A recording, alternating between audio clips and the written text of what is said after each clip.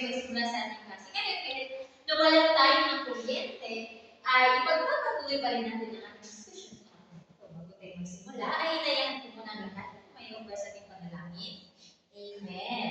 So, bago kayo magsiupo, ay pakihulot muna ng mga basura na sa ilalim ng inyong upuan at pakiayos na inyong upuan sa tamang ayos. Sa bilang ng 1, 2, 3. Mabuti naman po ganon. So, ipapakilala ko muna ang aking sarili. Ako nga po pala si Binibining Sarah May Y. Aman, yung magiging guro sa hapon na ito. Ngayon, ay tatawagin ko ang inyong mga pangalan para malaman natin kung mayroon bang lumiban o wala sa ating klase sa hapon na ito. Okay? Sunshine Lopez, Pinsasit Cameron, Derek Essing, Narvel Abeliana, bigyan ng tatlong pagpapakain sa grade natin walang lumiban sa hapon na ito.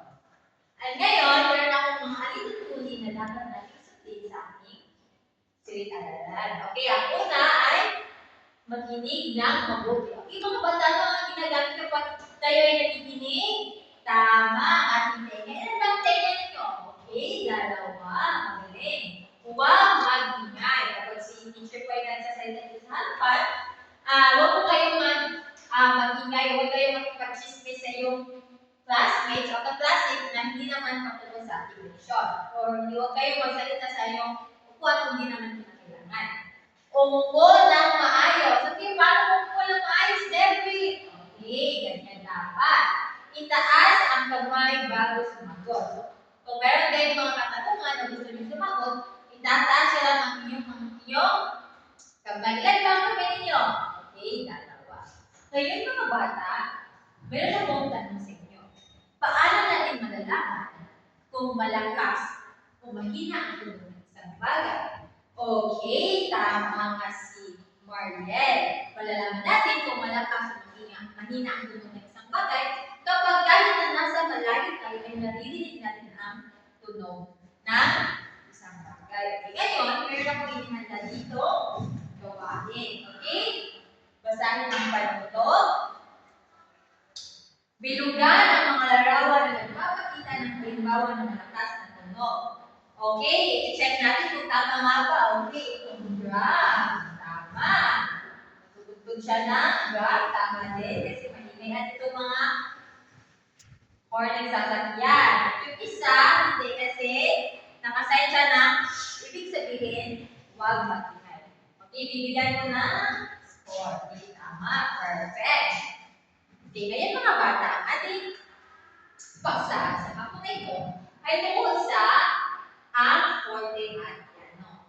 Ngayon, meron din tayo mga layunin na dapat natin makamit sa katapusan ng ating aralin. Okay, una, si teacher lang muna ang magbabasa. Okay, kilalanin ang gamit ng piano o mahina at forte o malakas na tunog at natutukoy ang simbolo na P at F. Ipapakita ang pagpapahalaga sa paggamit ng piano at forte sa pag-awit. At nakakapag-perform ng isang kanta gamit ang tamang forte at piano dynamics. Ngayon, meron ako ipapakita sa inyo video game. Makinig kayo na mabuti dahil mamaya ay meron akong ilang katanungan sa base sa video na ipapakita. Okay.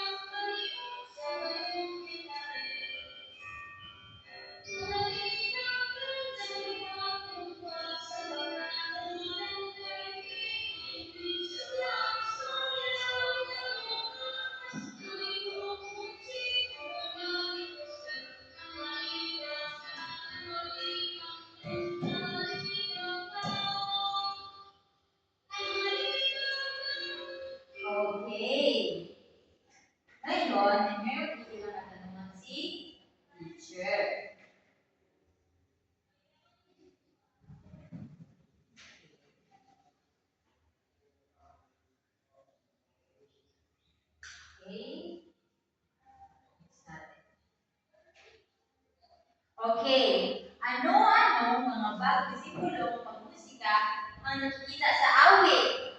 Okay, tama nga si Angela. Ang simbolong P at S. Okay, paano inaawit ang bahagi kung saan makikita ang mga simbolo ito? Okay, Razel. Okay, tama si Razel. So, kapag paano inaawit daw sa ay Razel, pag mayroong simbolo na P, ibig sabihin humihina, magiging mahina ang pagkanta. At F naman is lumalakas ang pagkanta. Ngayon, ating tatalakay kung ano nga ba ang mga bahagi ng dynamics. Okay, mga bata. Ang dynamics ay elemento ng musika na tumutukoy sa paglakas at paghina ng isang awitin o tugtugin. So, tinatawag ko yan dynamics. Ngayon, meron dalawang uri ang dynamics. Yun na yung nakikita niyo sa video kanina. Okay. Uri ng dynamics. Okay, dalawang uri ng dynamics. Una, ang piano or may pinansign. Ang tawag sa mahinang pag-awit o pagtugtog ng isang awitin. So, kapag sa nota, so musical notes, meron yung nakikita ibig sabihin, hinaan mo ang iyong pagkanta.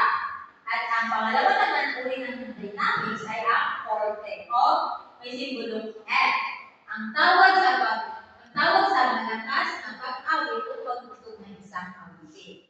So, ano nga uli ang tawag sa mahinang pagkanta o pagtugtog ng isang awitin? Okay, tama si Angela. At kapag ano naman ang tawag kapag malakas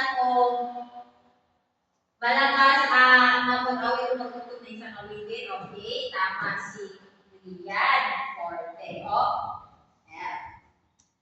Ngayon, ay magkakaroon tayo ng mga pagkatang babae. Pagkatang tayo sa dalawang pagkat. Unang pagkat at naman ang pangalawang pagkat. Okay, basahin ang pagluto. Bawat grupo ay magsasanay ng pag-awit gamit ang tamang piano o makina at forte o malakas.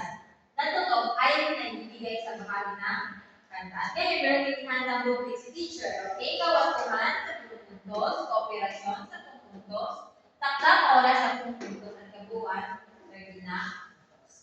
Okay, tapos na ba kayo mga bata?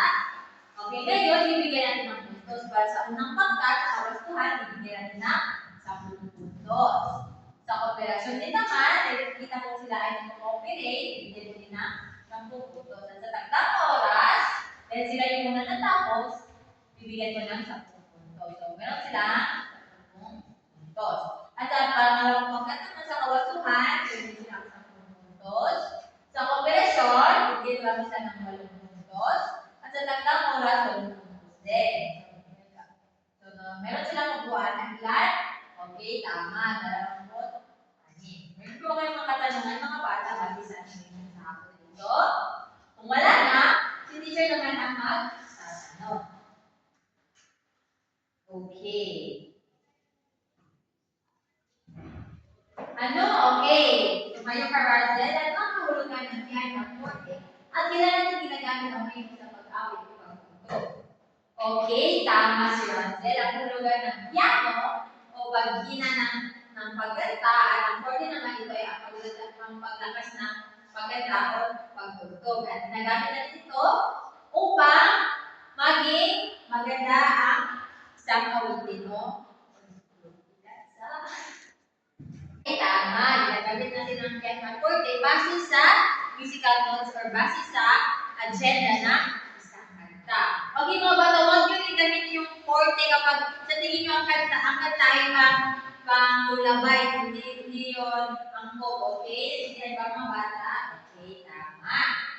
Ngayon, pangalawang katanungan. Bakit mahalaga ang paggamit ng makinat malakas na tunog sa pagpapahayag ng namin sa musika?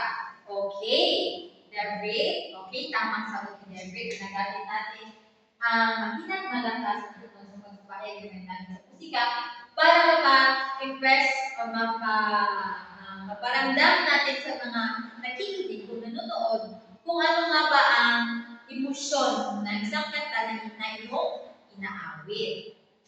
Okay, ngayon, magkakaroon tayo ng individual na gawain.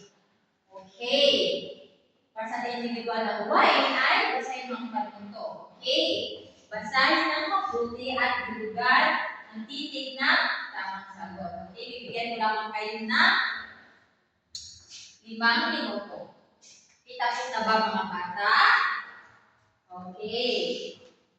At para sa inyong takdang aralin naman, okay, ang pagluto ay pumili ng isang maikling kanta at isulat kung alin bahagi ng kanta ang may mahina o piano at malakas o forte. Okay, isulat dito sa inyong assignment notebook. Okay, paalam na mga bata. Paalam na po. Okay.